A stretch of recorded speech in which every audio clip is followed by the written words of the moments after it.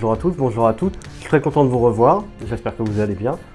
Aujourd'hui, je vais vous présenter mon uniforme anglais de la Seconde Guerre mondiale, en l'occurrence celui porté au moment du débarquement en Normandie en 1944. Je vais montrer à quel stade j'en suis arrivé. L'uniforme n'est pas tout à fait complet, il me manque encore quelques pièces, mais là je commence à être pas mal. Dans un premier temps, je vais vous montrer les pièces que j'ai pu réunir. J'ai posé ça sur une table. Une tombe. Là. Je s'en fous de la couleur. C'est le nom qui On va. va voir ça ensemble. Et dans un deuxième temps, je vais le porter et on va voir à quel stade j'en suis. Ce n'est pas tout à fait fini, mais je commence à voir le bout. Voilà, on se retrouve après ça. Maintenant, je vais vous montrer où j'en suis arrivé. Pour commencer, plutôt que de prendre des chaussures originales, j'ai trouvé une paire de chaussures qui ressemble énormément aux chaussures anglaises de la Seconde Guerre mondiale. On appelle ça des Ammo Boots. Donc celles-ci, je les ai trouvées sur un magasin qui s'appelle Soldier of Fortune, c'est en Angleterre. Elles sont bien, mais je les ai prises en version caoutchoutée parce que je ne vois pas l'intérêt d'acheter des chaussures si je ne les porte pas pour faire autre chose. Donc celles-là, elles seront très bien pour aller en ville ou pour aller en forêt de temps en temps. Mais bon, après, je ne vais pas trop jouer avec. Donc c'est une reproduction d'assez bonne qualité qui ressemble, au moins pour la partie avant, au Ankle Boot de la Seconde Guerre mondiale. À part l'arrière qui n'est pas tout à fait pareil. Donc c'est trouvé chez Soldier of Fortune, 39 livres. Le prix de la paire de chaussures. Après les frais de port et les taxes de douane, c'est un autre problème. Donc voilà, je vous montre à peu près à quoi ça ressemble. Voilà. Ça pour faire un mannequin anglais, c'est très bien, c'est largement suffisant. Je vais vous montrer ce que j'ai trouvé d'autre. Ça, c'est la base, la mitraillette Sten, reproduction d'Onyx. Avec la crosse en T, la lettre T. Ça, on pose ça là. Chargeur qui va avec, évidemment. Alors, j'ai trouvé plein de petites choses. Alors, j'ai trouvé ce qu'on appelle des guêtres. Ça sera pour mettre en bas du pantalon. Ça, c'est le modèle anglais. Celui-là, il a une particularité, c'est qu'il est avec des petites boucles, avec des petites sangles en cuir. Donc ça, j'ai trouvé ça, ça fait longtemps que je les ai en plus. Et ça, c'est un autre modèle, et je l'ai seulement vu il n'y a pas longtemps que c'était un modèle canadien, avec le logo C dessus. Qu'est-ce que j'ai d'autre? Un pantalon battle dress, celui-ci c'est un original. Il est canadien, il est d'époque, il est marqué à l'intérieur, il est daté. Mais celui-là, je ne le mettrai pas en reconstitue, ça je le garde pour la collection. J'en ai un autre que j'ai trouvé il n'y a pas longtemps et que je mets tout le temps, je vais vous le montrer. Ça, c'est mon pantalon. Ça ressemble énormément au pantalon battle dress anglais de la Seconde Guerre mondiale. C'est un pantalon belge des années 45-50. Les Belges ont adopté, de même que les Danois et les Hollandais, le matériel anglais. Avec une paire de bretelles, trouvée chez Soldier of Fortune en Angleterre, mais il n'y a pas que qui en font. Donc voilà. Celui-là, il est pas mal, je le mets assez souvent, il n'est pas trop désagréable, ça va. Donc ça, c'est le pantalon battle dress. Voilà où j'en suis. J'ai trouvé un foulard en toile camouflée. Donc ça, c'est un modèle anglais, à peu près aux bonnes dimensions. Et je vais le comparer avec un autre. Le modèle français qu'un ancien militaire m'a donné, qui est beaucoup plus grand. Ça se ressemble énormément. Pour de la reconstitution, c'est très bien.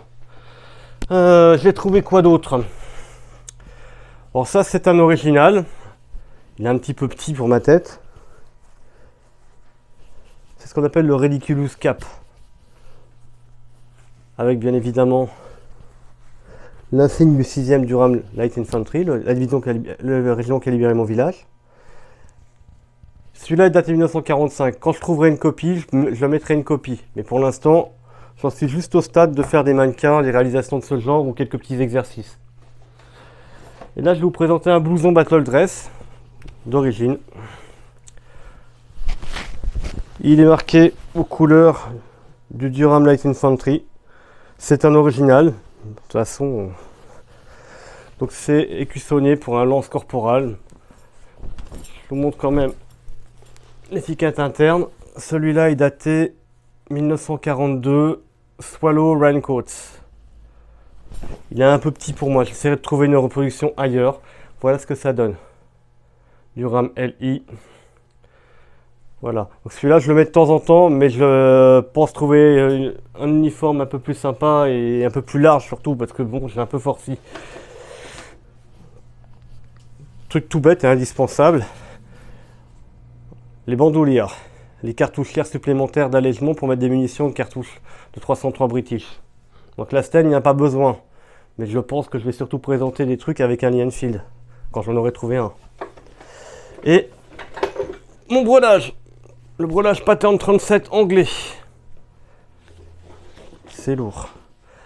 Donc il y a le bidon, les 2 pushs pour mettre un chargeur Bren, un outil individuel, celui-là est daté 1945, pourtant je l'ai eu à Caen.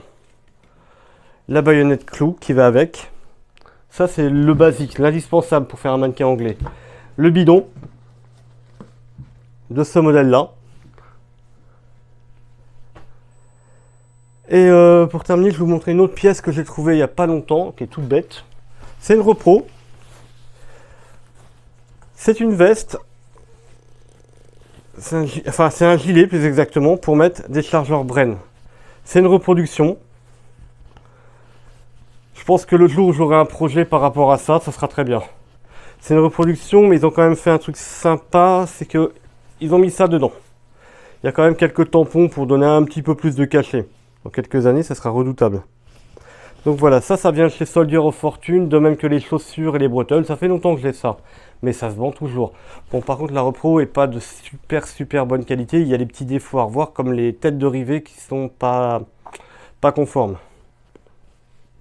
Donc voilà. Je vous montre juste après à quoi ça ressemble in situ, en situation. Voilà, je vous remercie. Voilà grosso modo à quel stade on en est. Voilà à quoi ressemblent les Anglais quand ils étaient dans Bayeux, par exemple.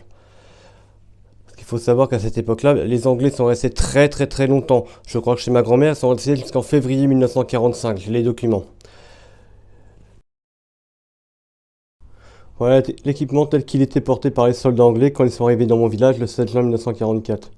Donc on constate qu'il y a le casque, la barbe sur la tête, l'équipement de combat, la mitraillette Sten avec une crosse squelette, ça change un petit peu des crosses en T qu'on voit habituellement, le blouson battle dress, tout l'équipement de combat.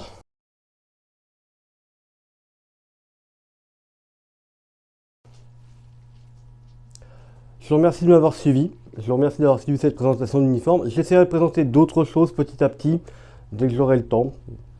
Voilà. Je vous remercie beaucoup. Merci de votre participation. Merci de m'avoir regardé.